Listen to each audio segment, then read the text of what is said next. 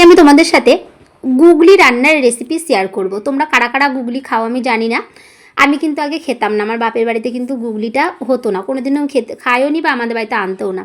কিন্তু আমার বিয়ের পরে শ্বশুর বাড়িতে এসে দেখি ওরা সবাই গুগলি খেতে কিন্তু ভীষণ পছন্দ করে। তা সবার বলাতে আমিও একদিন খেয়েছিলাম, আমার কিন্তু খুবই ভালো লেগেছিলো, দারুণ খেতে হয়। তা আমিও এখন বাড়িতে বানাই নিজেই। তা আমি যেভাবে বানিয়েছিলাম দেখো, প্রথমে কড়াই আমি গুগলি আর আলুটা ভেজে নিয়েছি, তারপর সেই কড়াই ওই তেলের মধ্যেই একটু পাঁচফোড়ন আর শুকনো লঙ্কা ফোড়ন দিয়ে পেঁয়াজ টমেটো আর একটু আদা রসুনের পেস্ট দিয়ে আমি মশলাটা তৈরি করে নিয়েছি। তারপরে গুগলি আর আলু ভাজাটা দিয়ে দিলাম, দিয়ে খুব সুন্দর করে কষিয়ে আমি অল্প করে জল দিয়ে গুগলি তরকারিটা রান্না করে নিলাম। নামানোর আগে একটু গরম মশলা দিয়ে দিলাম। দেখো আমার গুগলি রান্নাটা কমপ্লিট হয়ে গেছে। কেমন লাগলো আজকের এই গুগলি রান্নার রেসিপিটা অবশ্যই তোমরা কমেন্টে জানিও। আর তোমরা কারা কারা খেতে ভালোবাসো বা কারা কারা খাও না অবশ্যই আমাকে জানাতে ভুলবে না।